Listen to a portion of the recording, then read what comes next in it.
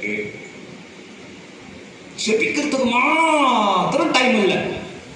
ஜெபிக்கிறதுக்கு மாத்திரம் நீங்க ஜெபிக்காத வரைக்கும் எழும்பி பிரகாசிக்க முடியாது. நீங்க எப்போ ஜெபிக்கிறவர்களா மாறுங்களோ நீங்க பெரிய காரியங்களை செய்வீங்க. இயேசு அதிகாலையில் இருட்டோடு கூட எழுந்து ஜெபித்தார். இயேசு ராம் முழுவதும் ஜெபித்தார். இயேசு வழக்கத்தின்படி ஜெபித்தார். டெய்லி ரெகுலர் பிரேயர் இருக்கணுங்க. Daily regular prayer. ஒரு நாள் ஜெபம் பண்றது, அடுத்த நாள் விட்டுறது. ஒரு நாள் மட்டும் 5 மணிக்கெல்லாம் எழுந்து ஜெபம் பண்ணணும், அடுத்த நாள் விட்டுரும். நோ நோ நோ, அப்படி கிடையாது. நம்முடைய வாழ்க்கையில ரெகுலர் பிரேயர் இருந்தாதான் நம்ம எழுந்து பிரகாசிக்க முடியும், சோதனையை ஜெயிக்க முடியும். ஆமென். சோதனை யாரு? சாத்தானுக்கு ஒரு பேர். என்ன பேரு? சோதனைக்காரன்.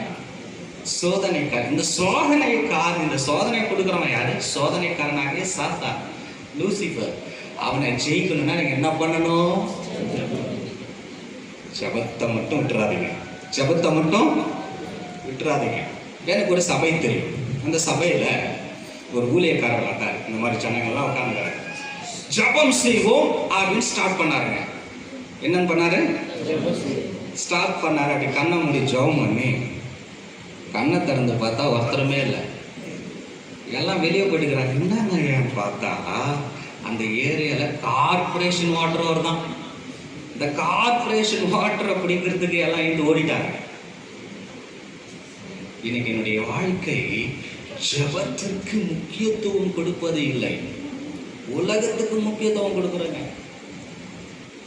டிவிக்கு முக்கியத்துவம் கொடுக்குறோம், மொபைலுக்கு முக்கியத்துவம் கொடுக்குறோம். ஏதோ ஒரு தேவையே இல்லாத, என் வாழ்க்கைக்கு பிரயோஜனம் இல்லாத காரியங்களுக்கு என் நேரத்தை நான் கொடுத்து கொண்டிருக்கிறேன். நல்லா புரிஞ்சுக்கணும். உங்க டைம் எங்க நீங்க ஸ்பெண்ட் பண்றீங்க? உங்க நேரம் எங்கே போய் கொண்டிருக்கிறது? 8 மணி நேரம் டியூட்டிக்கு போறீங்களா?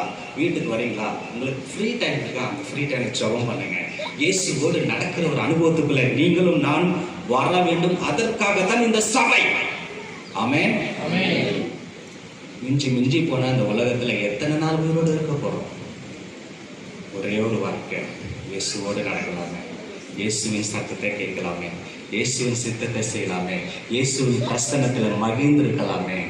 ஆமென். செபிக்கிறவர்களாக இருக்க வேண்டும்.